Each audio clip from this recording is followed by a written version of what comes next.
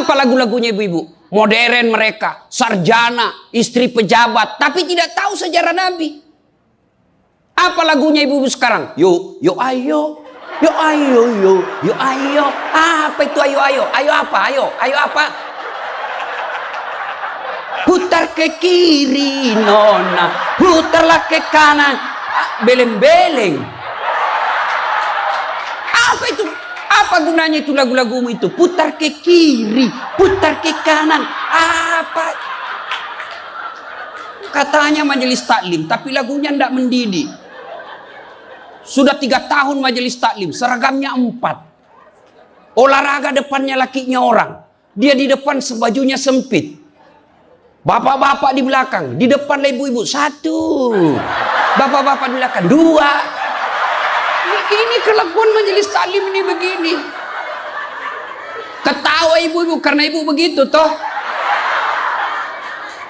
Kalau 17-an apa lagu-lagu seperti itu? Mesti dari kecil sejarah Nabi kita ceritakan. Itu dulu ibu saya kepada saya. Sekarang kepada anak saya bikinkan lagu supaya dia tahu anak Nabi. Anak saya namanya Cek, saya ajari. Cek, nah nyanyi nak. Anak-anak Nabi ada 7 orang. 3 laki-laki, 4 perempuan. Pertama Qasim, Abdullah, Ibrahim, Zainab, Rutkaya, Ummu Kalsum, Fatimah. Ibunya bernama Siti Aminah. Ayahnya bernama Abdullah. Kakeknya bernama Abdul Muthalib. Pamannya bernama Abu Thalib. Ibu baru tahu toh 7 anak Nabi? Ya. Berapa laki-laki? 3. Berapa perempuan? Anak pertama? Qasim.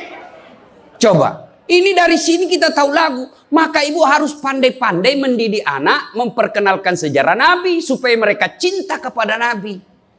Maka ini tujuannya maulid. Bukan kita mau bid'ah. Sekarang ada juga baru belajar agama 2 bulan.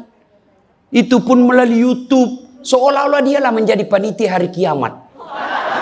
Ini maulid bid'ah. Tidak ada pada zaman Nabi. Tidak ada pada zaman sahabat. Pada tabi'in tidak ada semua itu. Saya bilang bos memang tidak ada pada zaman Nabi. Tidak ada pada zaman sahabat. Kenapa? Mereka hidup sesama dengan Nabi. Mereka lihat Nabi. Segar ikatan mereka soal Nabi. Mereka tahu sejarah Nabi. Jadi tidak perlu dituturkan.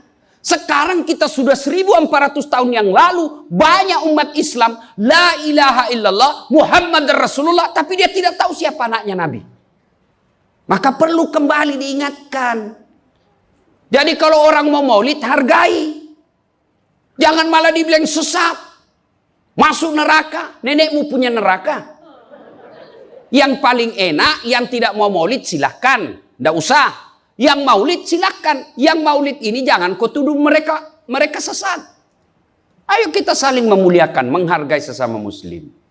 Ya, ini 1 maulid. Yang kedua, ibu-ibu bagaimana kita maulid ini bisa menjadi bawa pulang, diamalkan. Apa yang diamalkan? Ayo kita sejarah kisah-kisah Nabi saja dulu. Ya, paling gampang sudah. Berapa istri Nabi? Berapa? Ini ibu biar tahu, enggak mau juga dia jawab ini. Berapa? 11. Coba lihat. Istri pertama namanya Khadijah. Tua berapa tahun? 15 tahun lebih senior dari Nabi. Sebelum menikah dengan Nabi, beliau paling kaya di Mekah. Paling kaya di Mekah. Menikah dengan siapa? Muhammad bin Abdullah. Pegawainya waktu itu, karyawannya. Lalu Khadijah selalu cerita-cerita kelebihan Muhammad kepada asistennya. Namanya Nafisah. Asistennya, dia selalu cerita. Ini Muhammad baik, jujur, kinerjanya bagus, disiplin, sopan ngomong. Nguntung juga baik. Nafisah paham. Oh, bunda ini senang sama Nabi Muhammad. Waktu itu belum jadi Nabi. Akhirnya apa? Nafisah jadi tim sukses. Tapi bukan tim sukses pilkada. Disuruh bikin baleho 10, cuma 5 dia bikin, hilang 5. Ya kan? Ini Nafisah datang kepada Muhammad. Muhammad, bagaimana kalau ada perempuan suka kamu? Alhamdulillah. Tapi ini perempuan lebih senior dari kamu. Tidak ada masalah. Lebih tua 15 tahun. Tidak ada masalah. Tapi dia sudah 2 kali janda. Tidak jadi masalah. Tapi dia bosmu. Tidak jadi masalah. Yang jadi masalah, benar tidak dia senang sama saya? Kata Nafisah, tenang mas bro. Saya punya urusan. Jangan lagi cari dah hadis mas bro. Tidak ada. Lalu datanglah Nafisah kepada Khadijah. Bunda, bagaimana menurut bunda kalau ada laki-laki senang bunda? Alhamdulillah, terbuka jodoh.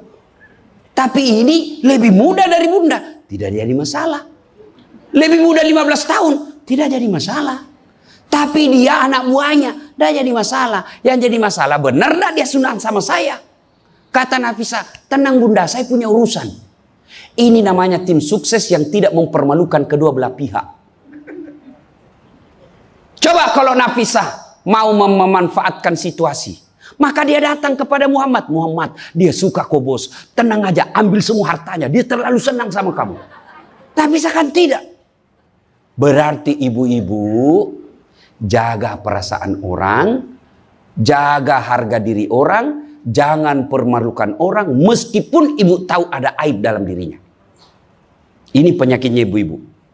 Apa? Tukang gosip. Ini. Duduk-duduk begini, damai tapi gersang. Oh, coba lihat siapa duluan pulang, dia jadi ibu cawan. Jadi ini gini Pak Gubernur itu, dia duduk-duduk itu. Dia enggak cerita tapi apa? Dia mulutnya enggak ngomong, tapi bibirnya dong. Memang fitrahnya. Apa begitu orang sini? Bukan cuma di sini. Orang Amerika juga tukang gosip perempuannya. Fitrahnya. Maka Nabi katakan, kalau perempuan mau selamat, jaga mulutnya, aman dia masuk surga.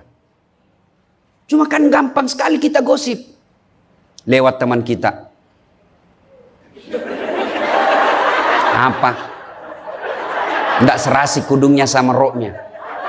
Dia bilang iya. Lipstiknya palsu. Kenapa kau tahu? Melengket di giginya. Semua mau diurus. Iya kan? Ini penyakit kita. Semua mau diurus. Ustadz aja dia gosip. Itu juga bajunya waktu di YouTube. Saya dengar tadi dilewat tadi. Saya dengar. Itu juga bajunya waktu di YouTube. Astagfirullah. Inilah penyakit ibu-ibu. Ibu. Mau gampang masuk surga? Ketika Nabi Isra Mi'raj kan dibawa jalan-jalan masuk surga. Subhanallah. Alhamdulillah. Banyak perempuan dalam surga. Begitu Nabi dibawa lihat neraka. Nauzubillah min zalik. Ya Allah ampuni hambamu. Ya Allah ampuni umatku. Ya Allah. Kenapa? Perempuan ternyata lebih banyak dalam neraka. Ditanya kenapa bisa begitu? Ada 2 kelemahan perempuan. 1, tidak mampu menjaga suaminya. Tidak mampu mengurus suaminya. Dan yang kedua tidak mampu menjaga lisannya. Jadi kalau ibu mampu menjaga lisan, aman. Itulah gunanya masker. Supaya ibu semua mau diurusin. Iya kan penyakit kita. Ya, Bu. Maka bertanyalah ibu-ibu di Makassar. Ustadz yang saya cerita ini kan benar. Memang begitu sifatnya Ustadz. Itulah benarnya namanya ghibah. Tidak boleh kita cerita kejelekan orang. Kalau dia salah yang ibu cerita namanya fitnah. Tidak ada jalan. Ayuhibbu ahadukum kata Allah. Sukakah kamu memakan bangkai sesamamu manusia? Maka berhenti cerita kejelekan orang. Jadi gimana solusinya Ustaz? Ketika datang orang cerita. Bu katanya. Na'udzubillah min zalik. Kita berlindung kepada Allah dari keburukan itu, Bu. Belum tentu suami kita lebih baik dari dia. Berhenti itu. Cuma kan enggak kita. Memang. Enggak tahu persoalan. Biar enggak tahu persoalan. Ikut campur. Ibu kalau suka ikut campur bikin urusannya ibu, nanti takdirnya seperti tauge. Tahu tauge? Tahu tauge? Coba lihat tauge bu. Kita bikin soto Banjar, ada. Pecel, sayur, lemper, ada. Ada tuh kalau di Makassar ada lemper. Ayo, maka karena dia selalu ikut campur, Allah takdirkan semua tauge bengkok. Dan ada yang lurus toh? Maka kalau ada ibu-ibu majelis begini kumpul, teriaki saja, pagi-pagi toge nih ya. Ini penyakit perempuan. Maka ini gunanya kita peringati maulid supaya ibu-ibu pulang berhenti cerita kejelekan orang. Tidak ada gunanya, menghabiskan amal-amal kita. Nabi pernah kumpul para sahabat dan bertanya, atadruna manil muflis? Saudara-saudara sekalian, kau tahu siapa yang bangkrut nanti di akhirat? Mereka tidak sholat ya Rasul, dia sholat. Yang tidak puasa ya Rasul, dia puasa. Yang tidak haji ya Rasul, dia haji. Yang tidak bayar zakat ya Rasul, dia zakat sedekah. Kalau begitu siapa yang bangkrut ya Rasul? Jarusu wa khati'ur rahim. Tetangga yang jahat sama tetangganya dan yang suka memutuskan tali persaudaraan. Dan salah satu jahat sama tetangga dan memutuskan tali persaudaraan adalah mereka suka menceritakan kejelekan orang. Adakah orang yang senang dicerita kejelekannya? Ada? Ada? Ada ibu? Lalu untuk apa kita cerita orang? Rajin betul istrinya majelis taklim. Baik betul itu istrinya. Tapi kasihan suaminya selingkuh kiri kanan. Lalu apa untungnya ibu cerita? Bu? Hei. Hei. Nah, satu. Pulang pengajian. Tinggalkan gosip. Dua. Rasulullah setelah menikah dengan Khadijah. Usia 40 tahun. Nabi dilantik menjadi Rasul. Pulanglah beliau 3 hari 3 malam di atas Gua Hira. Pulang menggigil. Dia ketuk pintu. Masuklah Nabi, kedinginan. Lalu Nabi berkata, istriku selimuti saya kedinginan. Kira-kira kalau ibu-ibu, apa jawaban ibu? 3 hari 3 malam suami tidak ada kabar. Di WhatsApp tidak dibaca. Di telepon di reject. Tiba-tiba datang kedinginan bu. Selimuti saya bu. Apa jawaban ibu?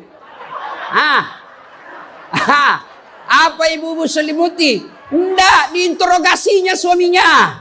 Mana HP-mu? Dari mana kau ini kedinginan? Iya toh? Tapi Khadijah tidak.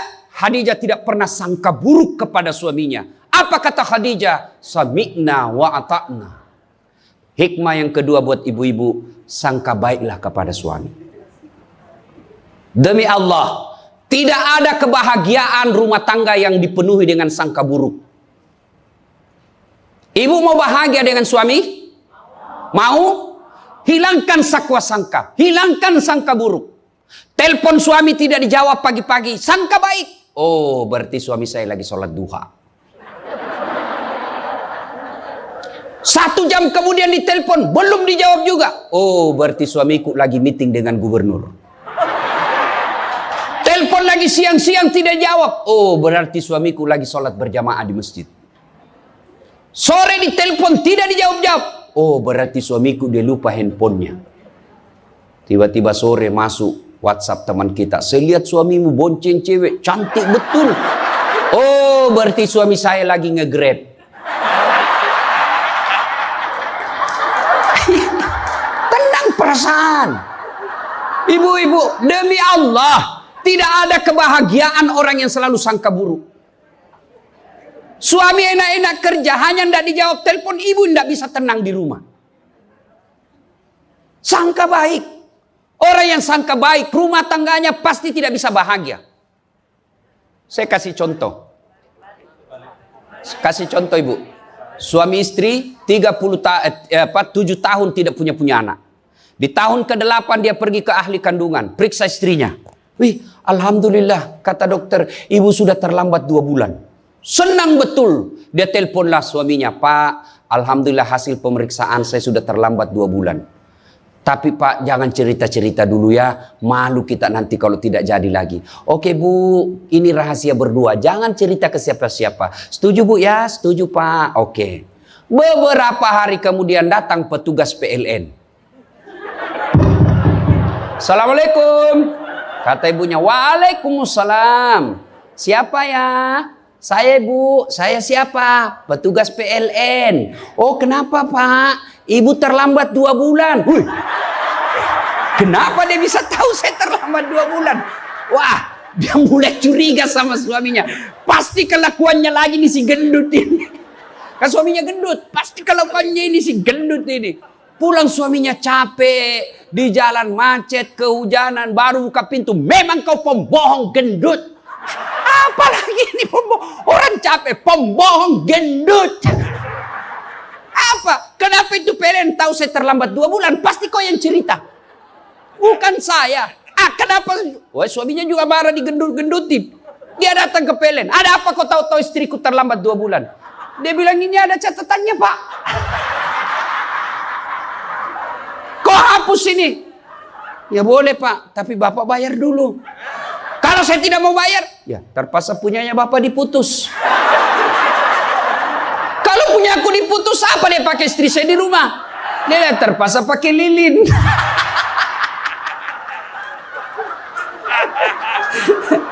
Inilah bahayanya sangka buruk.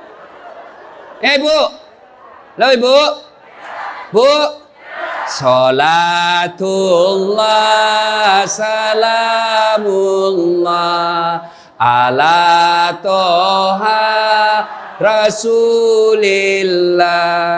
Salatullah salamullah ala Yasin Habibillah.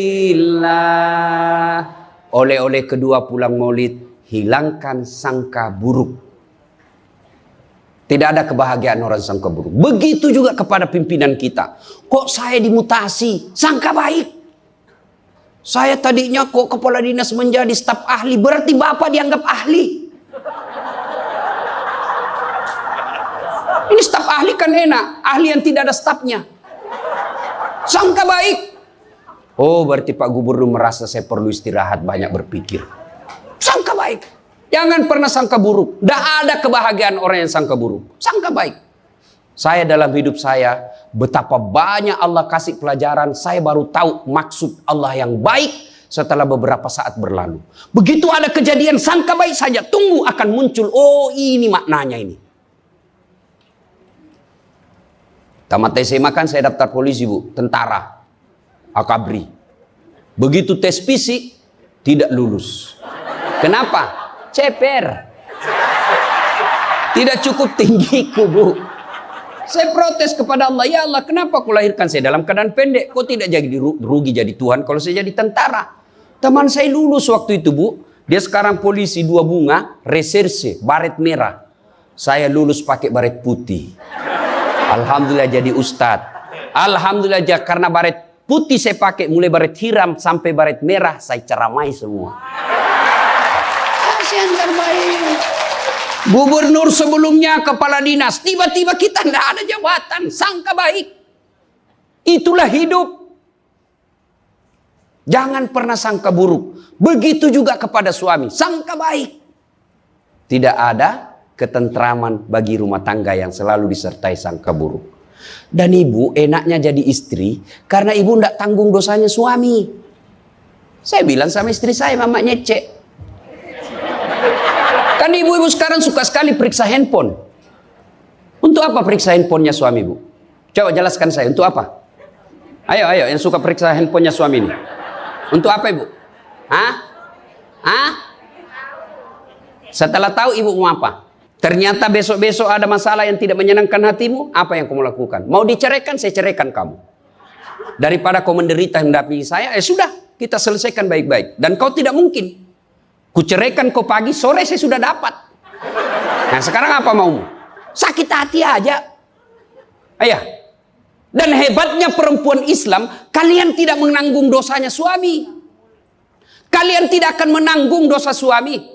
Ya, beda kalau laki-laki. Kalau laki-laki, dosa istri kita tanggung. Kalau suami menanggung dosa istri. Istri tidak pakai jilbab, istri tidak sholat, istri tidak puasa, istri tukang gosip, istri suka keluyuran. Suaminya ditanggung dosanya nanti. Ku ampusakum wa ahlikum nara. Beda istri. Suami pezina, suami koruptor, suami narkoba, suami penjudi, suami tukang tipu. Ibu tidak tanggung dosanya suami. Itulah enaknya jadi perempuan Islam. Bahkan kalau dia sholat, dia puasa Ramadan, dia jaga harga dirinya, dia patuhi suaminya, kata Nabi, tadahulul jannati bisalam. Silahkan ibu mau masuk pintu surga mana saja. Makanya sangka baik saja, tidak usah sangka buruk. Ada ibu-ibu curhat sama saya tengah malam, Ustaz. Mohon solusinya Ustaz. Saya sudah tidak tahan. Kenapa ibu? Dia bilang, saya sudah tidak tahan. Saya minta solusinya Ustaz. Saya sudah tidak tahan. Memang kenapa? Saya ini sudah 21 tahun menikah Ustaz. Tidak tahan. Saya bilang dalam hati, 21 tahun tidak tahan. Inilah kadang-kala ibu-ibu kalau ngomong tidak masuk di akal. Ya memang Allah fitrahkan itu manusia. Laki-laki itu lebih banyak akalnya. Perempuan lebih banyak perasaannya. Maka kalau perempuan ngomel, dengar saja Pak. Tidak usah dijelaskan apa dia mau.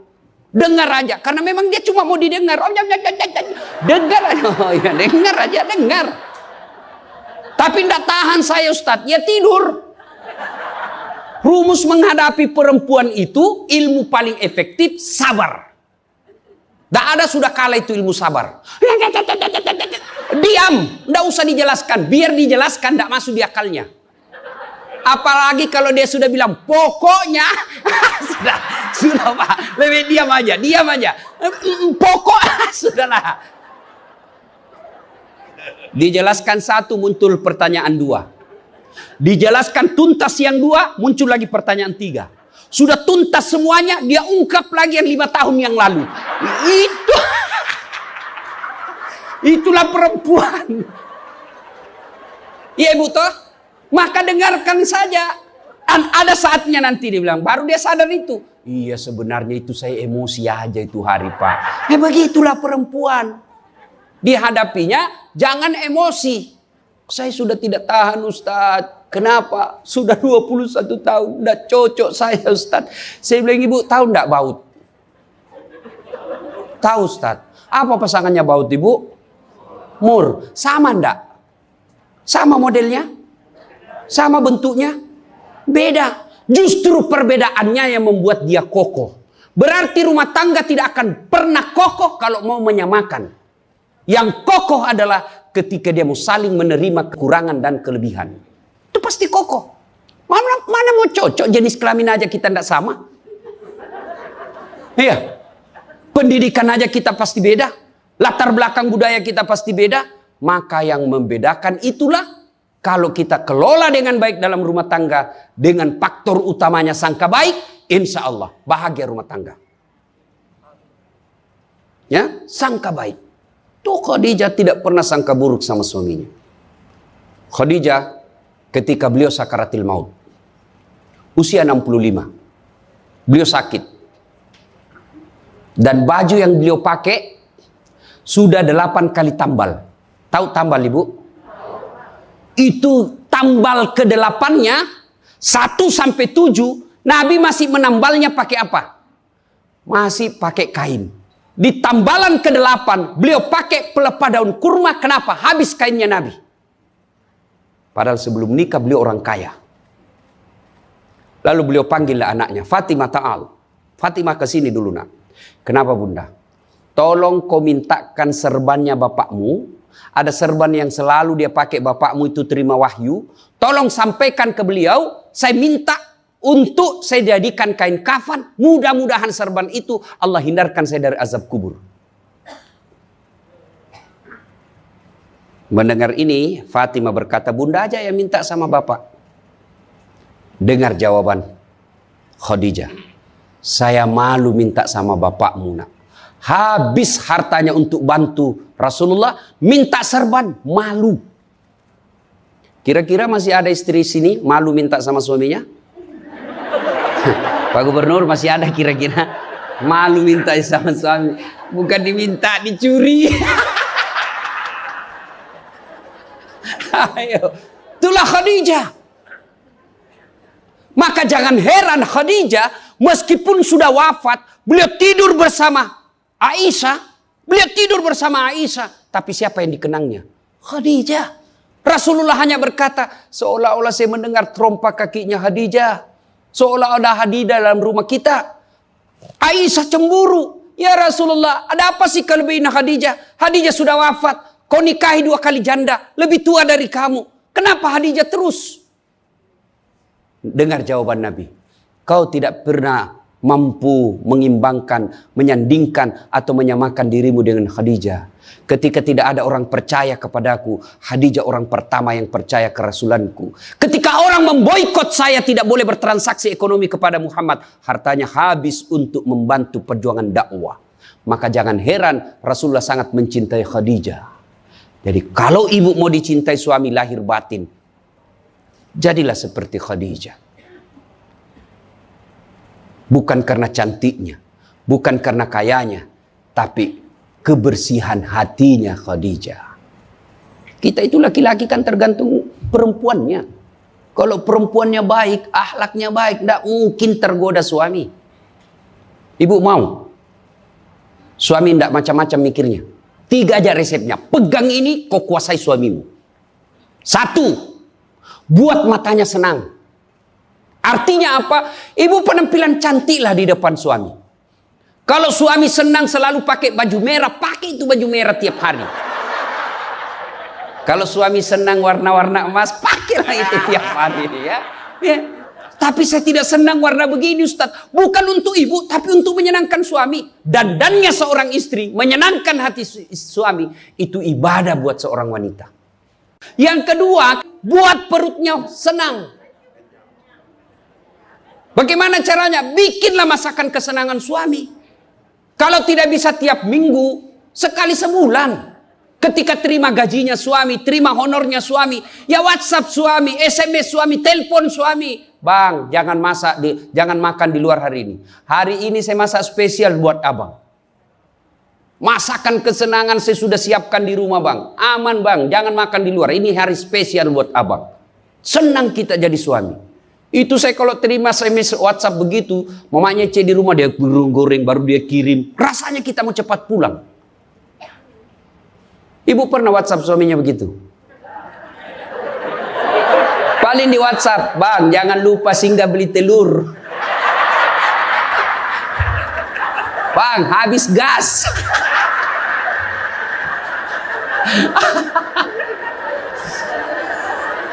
Kok tahu Ustaz? Ya saya rasakan juga. Pernah suatu kali Pak Gubernur pulang, saya ceramah takziah malam-malam di Makassar. Tiba-tiba masuklah WhatsAppnya mamanya Cek. Ustaz habis pembalut. Aduh. Tidak mungkinlah sopir saya suruh, ini istri saya. Sudahlah, saya singgah, saya berdoa mudah-mudahan tidak ada yang kenal saya. Begitu saya bayar, ada ibu-ibu datang, Ustaz beli pembalut. Saya jengkel, langsung saya balik. Biar daripada saya melahirkan, udah. Tenang perasaan. Mungkin ego kita ini buat kita juga laki-laki, ya. Kadangkala ego naik, masa saya eselon, masa saya kepala dinas, masa singgah beli pembalut. Jangan lihat eselonnya. Pakai ilmunya Umar bin Khattab. Umar bin Khattab, ada sahabat yang selalu mau datang, mau laporkan istrinya. Kenapa? Istrinya suka ngomel. Maka dia berharap Umar panggil istrinya supaya dinasehatin. Begitu dekat dengan Umar bin Khattab, dekat dari rumahnya Umar, dilihatnya Umar juga dimarahi sama istrinya. Balik dia bilang, Pak Umar aja dimarahin. Balik besok ketemu, ya Amirul Mukminin, presiden lah waktu itu. Saya lihat kemarin Anda istri ngomel-ngomel, Anda senyum saja. Dengar ini jawaban bapak-bapak ini, para pejabat nih yang hadir. Dengar apa jawaban Umar. Begitulah cara saya berterima kasih kepada istriku yang telah hamil, melahirkan dan menyusui anak saya. Coba, hilang itu emosi Pak, hilang itu harga diri. Kalau kita sudah ingat bagaimana susahnya itu ibu melahirkan hamil. Masih ingat ibu-ibu waktu hamil? Masih? Ada ndak enaknya itu orang hamil? Untung saya ndak pernah hamil. Oh, coba ibu-ibu kalau hamil, jalan aja setengah mati. Aduh, sudah mau mau duduk aja, mana ada ibu hamil langsung duduk aja. Udah standar samping dulu itu kasihan. Iya ibu, ya benar. Kalau kita laki-laki paling ngidam. Ustaz, apa doanya berhenti ngidam istri? Ngidam apa istrimu? Nanti dia bisa tidur kalau dilihat saya di atas lemari, Pak Ustaz. Jadi kalau istrinya mau tidur jam 10, setengah 10 sudah naik di atas lemari. Saya berarti kau dongo-dongo itu dikasih kerja di konsumsi. Yang kedua kata Umar, begitulah cara saya berterima kasih kepada istriku yang telah melahirkan anak saya. Masih ingat waktu melahirkan? Masih? Ada ndak ibu-ibu melahirkan senyum? Ada? Mentang-mentang istri gubernur, keluar sayang. Setengah mati juga biar istri gubernur. Nggak ada.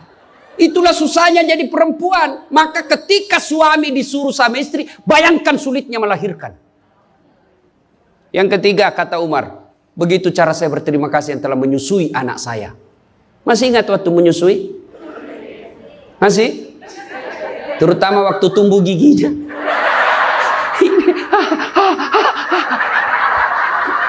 Masih ingat tak?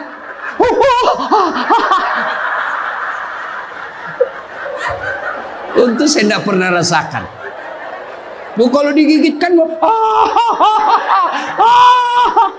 mana dia ditinjau aja, kok gigit saya? Tidak, dia usap, lepas nak. Iya ibu, iya. Siang anaknya, malam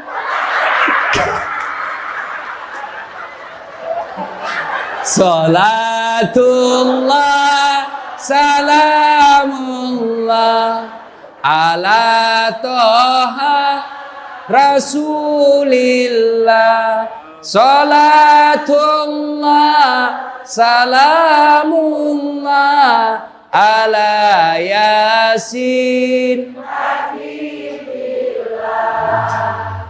Berikutnya, kalau kita cinta kepada Rasul, jadilah istri seperti istri Rasulullah. Nah, tentu bertanya kita, itu bapak-bapak mau punya istri seperti istri Rasul? Pak Gubernur pasti mau. Kita punya mau istri seperti Khadijah. Tapi pertanyaannya, sudahkah kita seperti Rasulullah? Tenang ibu-ibu, saya bela ibu-ibu hari ini. Tenang. Nah, kita mau seperti Khadijah, tapi kelakuan kita seperti Abu Jahal. Pembohong kiri kanan. Suami istri minta duit, tidak pernah ada. Benar, tidak ada. Habis biar baunya tidak ada lagi. Giliran selingkuhannya minta, gampang deh. Tunggu aja 5 menit. Ya, Rasulullah, coba. Begitu memuliakan istri, beliau tidak pernah kusam rambutnya di depan istrinya. Coba itu. Buka itu Barasanji sejarahnya. Rasulullah beliau yang bersihkan tempat tidurnya. Beliau yang tambal bajunya ketika robek. Beliau sediakan sarapan. Itu Rasul, manusia pilihan. Namanya selalu digandengkan dengan namanya Allah. Tidak malu, bahkan rela ikhlas membantu pekerjaan rumah tangga istrinya. Untuk meringankan kerjaan istri. Kita baru Satpol PP. Satpol PP. Apa Satpol PP? Polisi setengah. Baru pegawai honor, macam-macam ceritanya. Tidak ada kehinaan bagi laki-laki yang memuliakan istrinya. Tidak ada kehinaan suami yang membantu pekerjaan istrinya. Rasulullah mencontohkan itu. Beliau kalau keluar rumah sudah ada sisir. Masuk ke kamar rapi baru keluar. Kita sudah habis pisang gorengnya 4 masih berantakan rambut. Begitu istrinya katakan, bang, baik-baik itu rambutmu apa? Kenapa kau urus rambutku? Rambutmu kau urus. Itulah Rasulullah. Rasulullah subhanallah dari 11 istri beliau tidak ada satupun yang dia panggil namanya. Beliau tidak pernah memanggil Khadijah. Beliau tidak pernah memanggil Aisyah. Aisyah beliau panggil apa? Ya Khumairah. Yang kemerah-merahan pipinya. Karena memang Siti Aisyah merah delima pipinya. Maka bapak-bapak Pak di sini, Pak Karo, panggil istri kita dengan panggilan kasih sayang. Wahai istriku yang termancung hidungnya di lorong 3. Dia bilang tidak mancung hidungnya Ustaz. Ya giginya lah kau lihat. Justru giginya mancung Ustaz. Jangan terlalu jujur. Mentang-mentang istri kita hitam panggil Tam.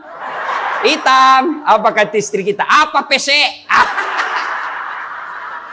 Masa suami istri. Katanya Islam ini agama yang paling paripurna. Kok kita saling PC hitam? Ya, Rasulullah beliau kalau minum bersama istri beliau, kalau beliau minum gini. Bismillahirrahmanirrahim. Hebatnya Rasul, kalau beliau minum satu teguk dikasih lagi istrinya. Minum lagi.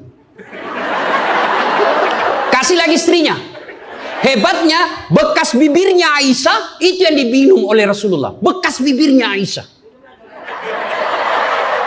Masya Allah. Coba kalau kita Pak Kadis, istri, bekas bibir istri, bau betul mulutmu.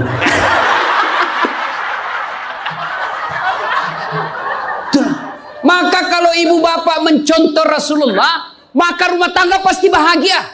Dia bukan cuma surga akhirat menunggunya, di dunia dia sudah dapatkan surga. Nggak usah ikut parenting, quality time.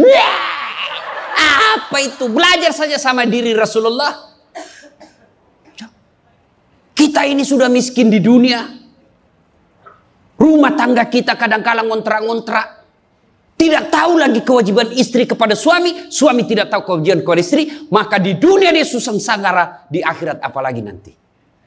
Maka kalau kita tidak bisa dapatkan kekayaan sorga di dunia.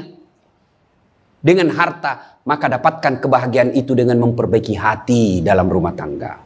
Suami tahu kewajiban kepada istri. Istri pun melaksanakan tugasnya kepada suaminya. Itu Rasulullah. Rasulullah subhanallah. Manusia mulia tidak pernah menghina istrinya. Maka jadilah suami seperti Rasulullah Muhammad SAW. Ibu bapak saudara-saudara sekalian. Suatu kali Umar bin Khattab menangis. Tiba-tiba ketawa lagi. Menangis lagi. Datanglah sahabat bertanya. Wahai Umar, kok sudah gila apa? Umar waktu itu sudah jadi presiden. Beliau katakan, bagaimana saya tidak ketawa? Saya mengingat waktu sebelum datang Muhammad SAW, saya pernah memakan Tuhanku. Dia bikin berhala dari roti, lalu dia makan itu Tuhannya. Dia bilang, bayangkan hebatku dulu sebelum ada Muhammad, Tuhan pun saya makan. Kan dia ketawa. Lalu kenapa engkau menangis ya Amirul Mukminin? Saya bayangkan sebelum Nabi Muhammad SAW datang di tengah-tengah kita. Saya pernah mengambil anakku yang masih orok, merah, saya rebut dari istriku, lalu saya bawa ke belakang rumah, saya gali pasir, saya tanam sendiri anak perempuanku itu, lalu saya timbun, saya lompat-lompat di atasnya karena saya anggap ini perempuan anak pembawa sial. Begitu zaman jahiliyah. Alhamdulillah setelah ada Muhammad, mampu melahirkan kita seperti sekarang ini, bisa membedakan yang hak dan yang batil. Berarti Rasulullah dikenang kehebatannya karena berhasil memimpin, mengarahkan umatnya dari jahiliyah menjadi seperti yang kita nikmati sekarang ini. Berarti Pak Gubernur, kalau Bapak ingin dikenang sebagai pejabat, bukan hanya memperbaiki diri, tapi memperbaiki rakyat Sumatera Selatan. Dan Alhamdulillah saya senang sekali mendapat berita Bapak punya program yang sangat memuliakan kebaikan. Bukan Islam, kebaikan. Satu desa, satu lurah, satu rumah tahfiz. Meskipun Bapak sudah tidak menjabat sebagai gubernur, selama rumah tahfiz itu dimanfaatkan, maka itu akan menjadi amal kebaikan dunia sampai di akhirat. Tapi percayalah, tidak mungkin Pak Gubernur hebat tanpa didukung sama istri. Tidak mungkin. Ini istri tidak kelihatan perannya, tapi menentukan SK. Benar. Biar Pak Gubernur senang sama Bapak, kalau istri Pak Gubernur tidak senang, berpengaruh itu tanda tangan. Iya memang sudah itu begitu yang namanya kehidupan manusia. Saya juga tidak bisa hebat ceramah begini kalau istri saya tidak mendukung. Saya mau bikin naskah, digangguinya saya. Pergi sama bapakmu, cepat kau ambil itu. Nangis anak, mana bisa kita bikin naskah?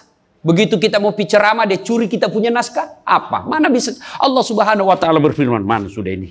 Mana naskah kita? Maka yang terpenting kembali dalam maulid kali ini, mari jadikan rumah tangga kita sebagai pintu sorga, meraih sorga yang sebenarnya. Jangan berpikir di dunia tidak ada sorga. Kita kan selalu berdoa, fid dunya hasanah, wa fil akhirati hasanah. Selamat di dunia, selamat di akhirat. Apa itu fid dunya hasanah? Menurut para ahli tafsir Al-Quran, hasanah di dunia itu, sorganya dunia itu mengandung 4 komponen. 1, punya pasangan yang baik. Jadi kalau istri bagus agamanya, suami bagus agamanya, suami bagus akhlaknya, istri bagus akhlaknya, sudah 1 komponen sorga didapat. Yang kedua, punya anak yang soleh dan soleha. Tidak ada gunanya pangkat jabatan kalau anak kurang ajar. Ibu-ibu nih, kalau ibu meninggal siapa yang doakan? Hah? Suami. Tidak bakal, dia kawin lagi. Siapa yang doakan? Anak. Maka berhasilan ibu, saya setuju dengan pernyataan Pak Gubernur. Kalau mau hebat ini provinsi kita, ibu-ibunya harus menjadi pesantren pertama.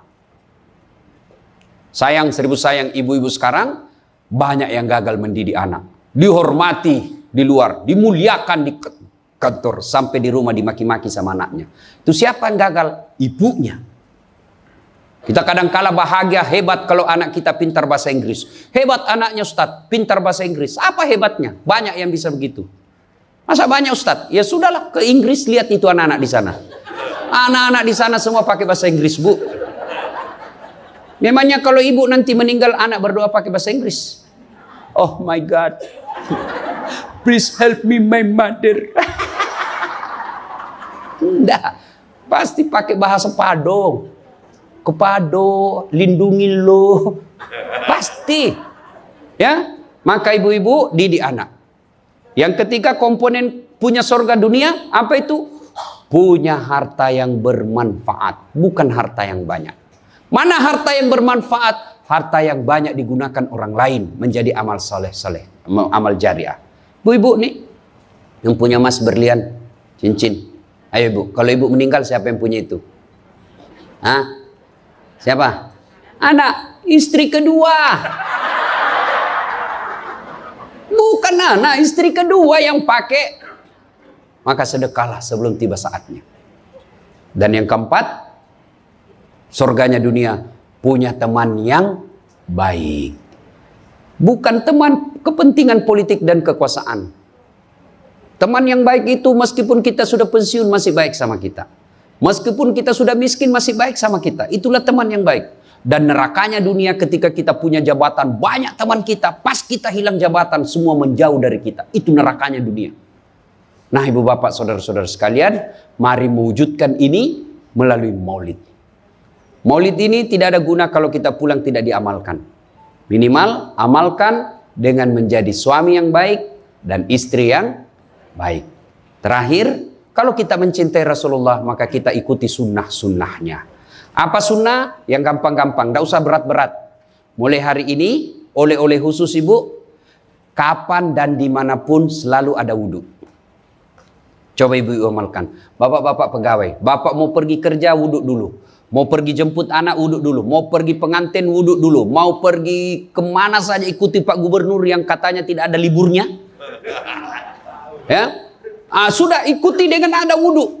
Orang yang selalu ada wudhunya, innallaha yuhibbut tawwabina wa yuhibbul mutatahhirin.